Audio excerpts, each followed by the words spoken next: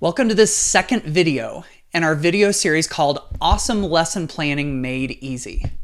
In this video series, we're talking about that ever-present part of virtually every educator's life, lesson planning. In the hustle and bustle of everyday life, it's so easy to let our lesson plans move down the priority list. And when that happens, our classes can lack the impact that they might have otherwise. But thankfully, there's hope. I've found several strategies, tips, and tricks to make lesson planning more meaningful and effective, and I'm sharing them with you in this 4-part video series. We've had some great responses to our first video called One Quick Protocol to Get Your Lesson Plans Organized. We talked about using icons, abbreviations, and color coding to organize your lessons. It can save you time and give you valuable data to inform your lessons for the next week and even the next year.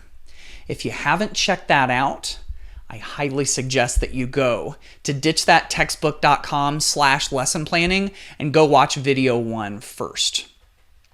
I'm Matt Miller, a teacher with more than 10 years in public schools and the author of Ditch That Textbook, a book and blog that's reached thousands of educators in more than 100 countries around the world. In today's video, we're going to switch from organizing your lesson plans to leveling up the actual lesson plans themselves. If we can write more effective lesson plans, improve our pedagogy, kick up our use of best practices, we can have an enormous impact on our students' learning. But that's probably complicated and time-consuming, right? Nope, not a bit. In fact, I'm going to give you 4 tools you can add to your lesson planning tool belt that will help you write more effective lessons right away. You can refer to these 4 frameworks anytime for ideas and lesson inspiration. They're research-based and they're highly effective. Don't think of them as yet another thing that you have to add to your already full plate of teacher responsibilities, but instead think of them as tools that you can add to your tool belt, that you can pull out and use whenever you need to. So here's your first one. Let's start with number 1, a favorite of mine, Webb's Depth of Knowledge. There's a good chance you're probably exposed to Webb's Depth of Knowledge, or DOK for short, in your studies to become a teacher. But if you haven't checked it out since then, you're missing out on a really useful lesson planning tool. DOK is all about complexity, or the kind of thinking that your students are doing. It's applicable to any grade level, from the littles to the bigs. There are 4 DOK levels, so let's go through all 4 of them. The first is called recall and reproduction. Basic definitions, identify steps, list examples, name the character in the story. Real basic stuff like that. The second level is skills and concepts. This level builds upon the first level. This is where students analyze cause and effect, compare and contrast, summarize. They're taking the information they learned in level 1 and they're acting upon it, trying to understand the relationships between the different parts. The third is strategic thinking. Now, in this level, students can use their own reasoning skills to make a hypothesis and justify it. If level 2 is applying information in a routine, expected situation, this third level is about applying it in non-routine situations, like the exceptions, the anomalies. They may refer to prior knowledge and then have to think through their justification. That's level 3. The fourth is extended thinking. This is the level where students put everything together. They can apply their new learning to a project or a real-world scenario. They can connect it to other subjects. They can see how it fits in their view of the world and in light of what they've learned in other classes in life. So this is like taking all of the pieces and putting them together in a meaningful way to help them all make sense. I love the examples that Karen Hess shares in her depth of knowledge videos on YouTube. In fact, here's one of them. In a unit on temperatures and global warming, students may progress through the depth of knowledge levels kind of like this. In level 1, recall and reproduction, they learn about temperature and how to measure it. Pretty basic. In level 2, skills and concepts, they take the outdoor temperature for a month and put it into a spreadsheet.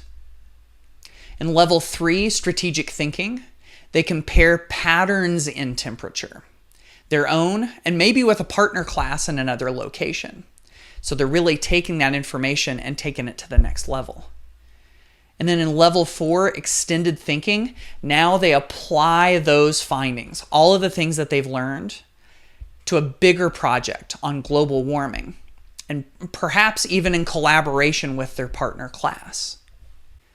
Having Webb's depth of knowledge handy is really useful for lesson planning. It can help you generate new teaching ideas to help students investigate and understand new ideas in different ways. You can find Webb's depth of knowledge in the links below or just by searching Webb's depth of knowledge. Our second framework is the revised Bloom's taxonomy.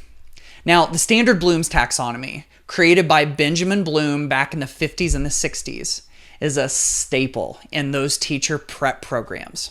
It focuses on student tasks, what the student is doing.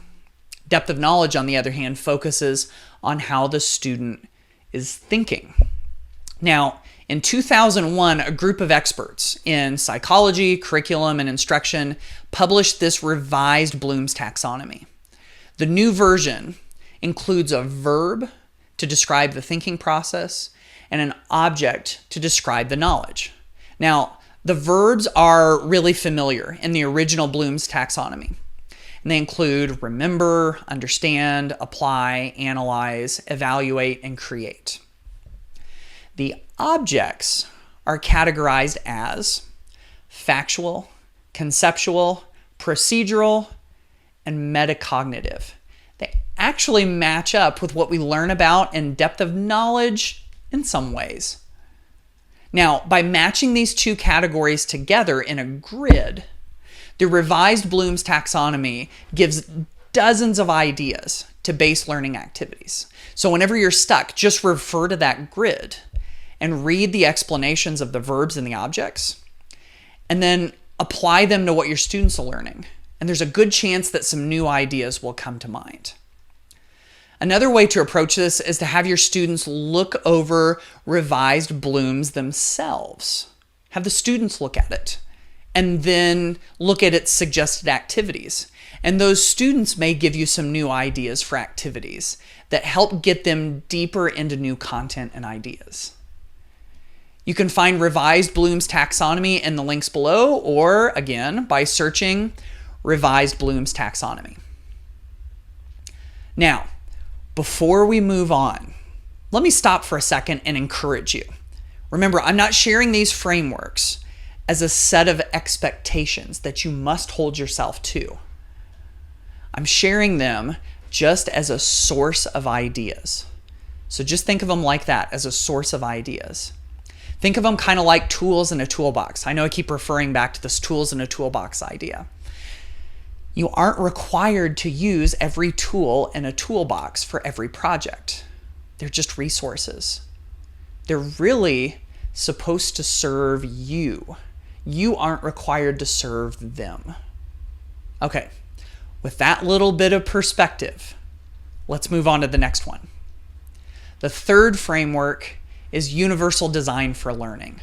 Now, this framework helps us optimize teaching and learning for everyone based on science on how the brain learns. Now, thankfully, they've done all the scientific analysis and have given us suggestions that can help us start to implement all of these ideas right away. Universal Design for Learning, or UDL, is organized into 3 areas. First is engagement, the why of learning. This focuses on getting your students interested and motivated in learning. Number 2 is representation. This is the what of learning. This helps to present information and content to your students in different ways to help them really grasp it. And the third is action and expression. This is the how of learning. This differentiates the way that students show what they know. So, getting students interested, getting them information, and then helping them demonstrate it. Pretty basic, right?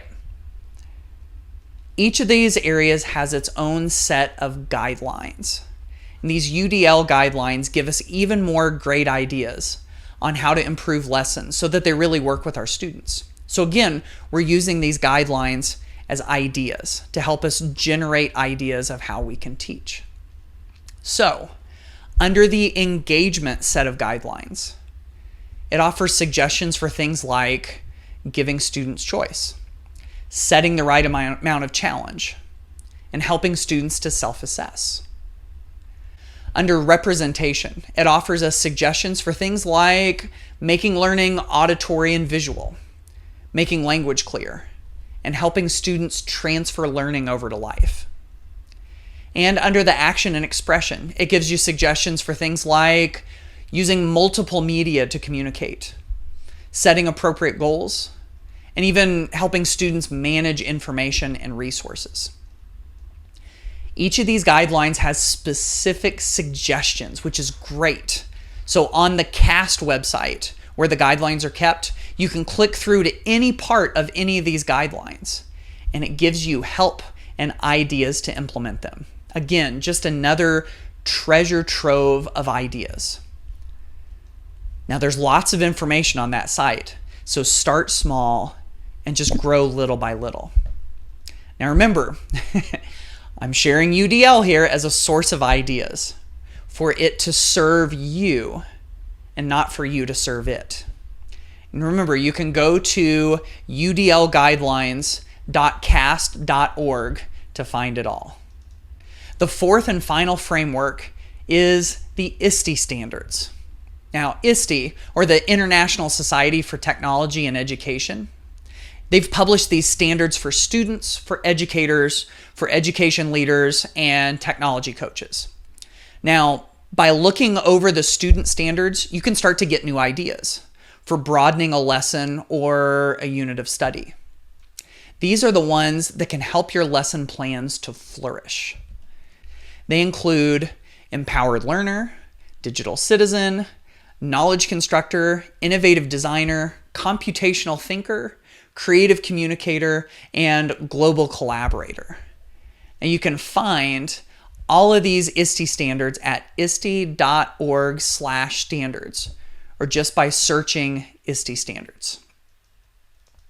So there are your 4 frameworks for creating powerful lessons.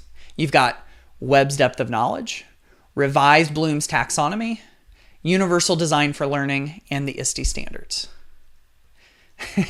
We covered a lot of ground in this video, and I hope that your head isn't spinning with all of these frameworks. But if it is, I can totally understand. Like I mentioned earlier in this video, these can be great resources to help you plan lessons. They are definitely not 4 sets of checklists that you have to check off every single time. Just think about it. There are tons of educators around the world that don't even know about these or don't even use them. By at least being aware of them and using them for whatever they're worth, just to get ideas and to plan lessons better, you're leveling up your teacher game. So no pressure, no guilt. So what do you do with all of these frameworks? My suggestion is that you just find one that seems like the best fit for you.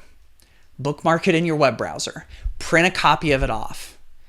And when you sit down to create lessons, and if you struggle, just pull it out and look it over to see if it gives you any inspiration. If you get comfortable with that one and you're ready to move up like to another level, check out another framework and learn a little bit more about it. Don't worry, these frameworks aren't going anywhere, so you don't have to rush. They'll be here waiting for you just whenever you're ready for them. Wow, your lesson planning skills are improving. The lesson planning force is strong with this one. So in video 1, we talked about organizing your lesson plans with a simple protocol. In this video, we covered 4 frameworks to help kick your lesson planning up a notch. So where do we go next? It's time to make your lesson plan book bow down to you and do your bidding. In the next video, we're going to talk about 3 quick tricks that you can pull on your lesson plan book to give it additional superpowers. There are those superpowers again. It will do things you didn't expect a lesson plan book would be able to do. For now, I'd love to hear from you. Which of these frameworks seems most useful? What do you like best about it?